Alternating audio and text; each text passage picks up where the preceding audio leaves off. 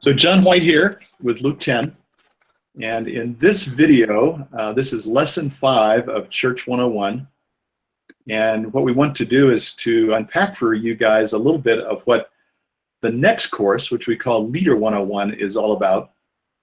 And I have 3 of my good friends on this call. They'll be helping to explain this. First of all, Tony Daniels. Tony and her husband Matt were missionaries. There's Tony. We're missionaries in Uruguay for 18 years. And she is now they're living in Nashville now, but she's the Latin American director for Luke 10. Kent Smith is the president of the board of Luke 10. He's a professor at the Graduate School of Theology at Abilene Christian University in Texas. Friend. And Kent Larson is our coordinator in Southern California. He's a pastor in a vineyard church there. So these are some of the leaders within the Luke 10 community. That Leader 101 is similar to Church 101, and also ways that it's different. Rhythms of attention that you've learned in Church 101 are similar in Leader 101. But we want to highlight 3, I'm going to call them benefits or outcomes. People that are part of Leader 101, these are 3 things that we think you're going to get out of this, and this is something you think the Lord wants you to do. So the first one, I'm going to give, each one of these has like 2 verbs that kind of relate together and then a noun. So in the first one, we're going to call it learning/practicing, and the focal point of that are leadership skills. So Tony, would you talk a little bit about this learning component? Sure, yeah. We really believe that in order to mature as a leader, we need a high capacity to be able to suffer well, to be able to deal with whatever problems come our way. And they've identified about 19 relational skills that are necessary for leaders to really have this high capacity, high maturity. And so in Leader 101, we want to expose all of our leaders, all of the people that are involved in this course, to these types of skills, and not just expose them by learning, but also give them practices, real live exercises that they can do to grow these capacities during their training with us, and then be able to pass them on to their entire community that they serve. Just an example of one of those is in Church 101, we do our check-in, which is grows joy, and that feeling you get when someone's glad to be with you no matter what is the basis for all growth and maturity and community. So even in Church 101, we're working that skill, but in Leader 101, we deepen it because we add the appreciation piece to it, and we practice 2-minute appreciation stories, which you'll hear a lot about. There's some videos made already, but this appreciation grows our capacity to sense God's presence. It bonds us together as a group, creates family bonds.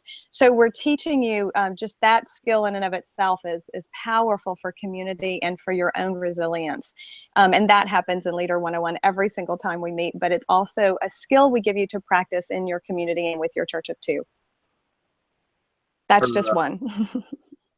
There are 24 modules. We do 1 a month in Leader 101, and the one that Tony's talking about is a real foundational to all of those.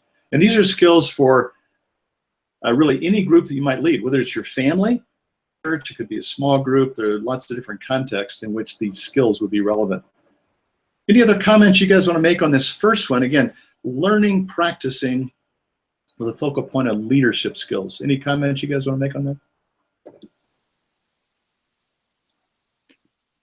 I just say real quickly, John, that one of the things we know, and I think all of us know this by experience, but there's a lot of research that's been done that adults in particular learn best in communities of practice. And so one of the exciting things about this is that we really are making this amazing context for deep learning happen, a place where we can come in, we can try things, we can watch how others are doing it, and there's a wonderfully supportive group around us to help continue to reinforce and nurture those things that God's teaching us together.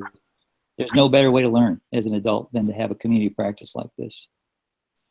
Again, this leads right into the second set of benefits. Again, 2 verbs that are related together, and it's supporting and encouraging. So there's a learning component, but then there's the sort of supporting component.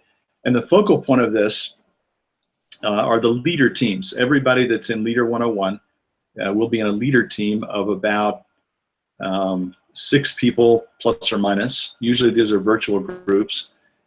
And Kent, you kind of started talking about that a little bit. I wonder if you would unmute and just say a little bit more about the value of leaders being in a supportive context together. Absolutely. Yeah, I think one of the things that we can learn best from Jesus, there's so many things, but is that we were never meant to do this deal solo. It's extraordinarily difficult with all the support we can get from God and from the community God's given us. But Jesus, in the first place, sent people out in pairs. And after the resurrection, we know that that was the normal way that leaders work together to see kingdom breaking into new places, new pockets of people around the world. It is just the divine way that we would have multiple voices, multiple graces, multiple people at work together. So this supporting, nurturing network of people that we're working with, both locally and then beyond local, is part of God's wonderful wisdom and design in helping us to really embody God's life on earth and to be the good news that we're talking about, not just as a theory, but as a real experience, community of practice, a community that's engaged together in this great thing that God's called us to. Jesus models this with his 12. And then we see Paul going out with teams and so on. So it's very much that idea. And key benefit or result or element to think about it is it's an environment where there is support and encouragement in the context of what we call leader teams. If I can just say real quick, John, real quick too, Yeah, that what I'm finding is that as leaders are a part of this community of practice, they not only are learning the skills that they need to be able to lead well in their own context, but they're all and they have a place to practice those skills.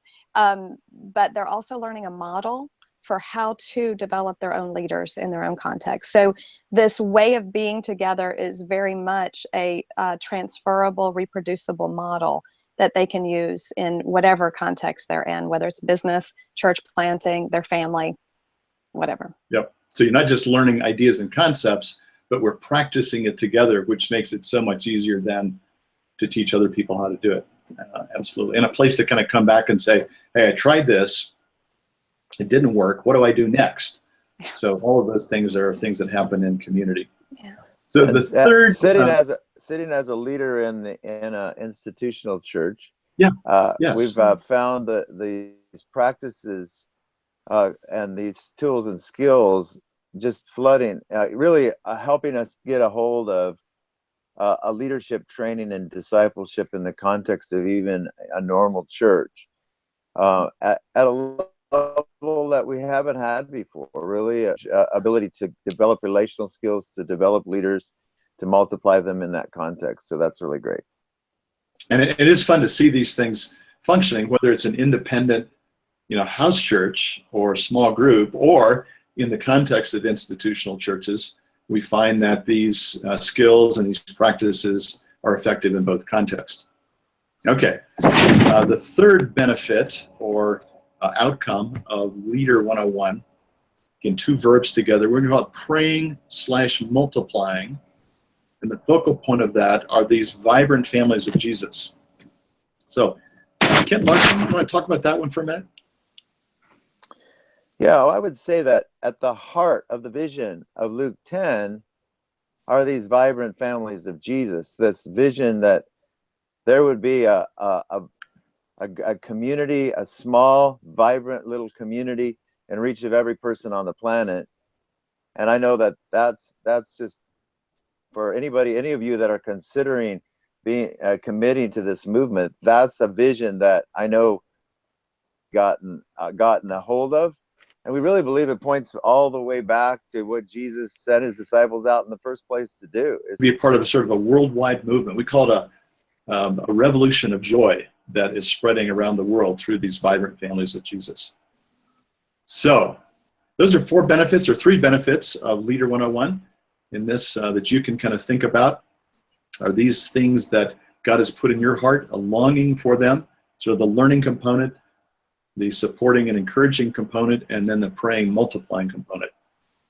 So that's this video. We got one more video that we want to, it's the next one, and then we'll talk there about, so what's it going to cost? What's the involvement going to mean in all of this? So thanks for Kent and Tony for this video. We'll continue on in the next one.